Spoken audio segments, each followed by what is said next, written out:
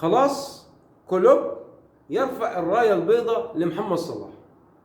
كلوب بنهاية مباراة وولفرهامبتون آخر مباراة في الدوري الإنجليزي يبدأ الرحيل من ليفربول وعوضا عنه سلوت.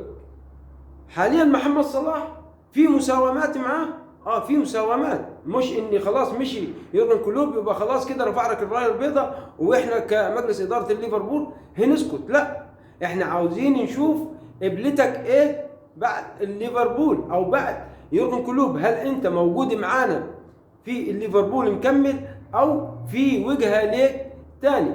اذا مجلس اداره ليفربول حاليا في مفاوضات مع محمد صلاح. هل انت باقي او هتمشي؟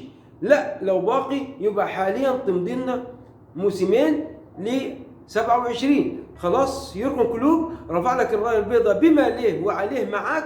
وطبعا احنا شفنا في المشاجره اللي حصلت وشفنا كلام صلاح على يورجن كلوب، ولكن يورجن كلوب بالحواطه بتاعته انه عنده من الدهاء انه سب صلاح زي ما بنقول، سكت ولم الموضوع وقفل الموضوع بما له وبما عليه. ولكن في كلام كتير ممكن احنا نستنتجه، ممكن احنا نستنتج ان بالفعل هو ما كانش عاوز محمد صلاح، لا كان عاوز ساديو ماني. ده يورجن كلوب.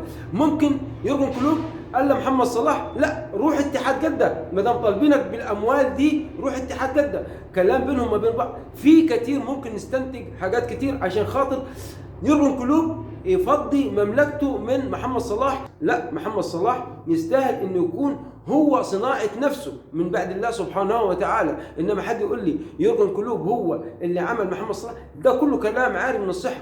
عندك سولوت حاليا قبل ما يجي ليفربول او قبل ما يستلم عاوز يشوف موقف محمد صلاح مكمل ولا مش مكمل في ليفربول. اذا محمد صلاح حاليا في ضغوط جامدة جدا. يا ريت الناس تهدى على محمد صلاح وننسى شوية المعسكر جاي ولا ما جايش. لا، خلي الراجل يهدى اسبوع او 10 ايام على الاقل يشوف نفسه يعمل ايه. طب محمد صلاح لما هيمضي لموسم 27 هل قيمة محمد صلاح هتمشي مع سلوت ولا مش هتمشي؟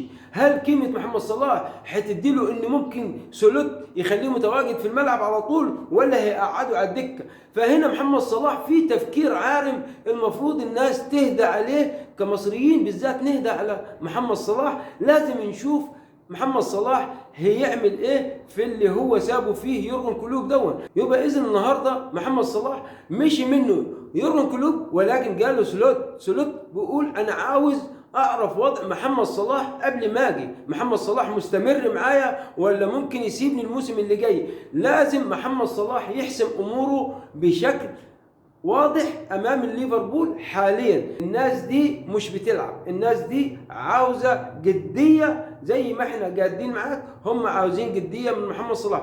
ولكن محمد صلاح من حقه يلعب السنه الباقيه له من التعاقد مع سلوت ويشوف نفسه هل الكيمياء بتاعته هتكون ماشيه مع سلوت ولا مش ماشيه. لو ماشيه هيكمل محمد صلاح اكيد، انما لو سلوت قعده على الدكه اكيد طبعا محمد صلاح مش هينفع يقعد في ليفربول ل 27.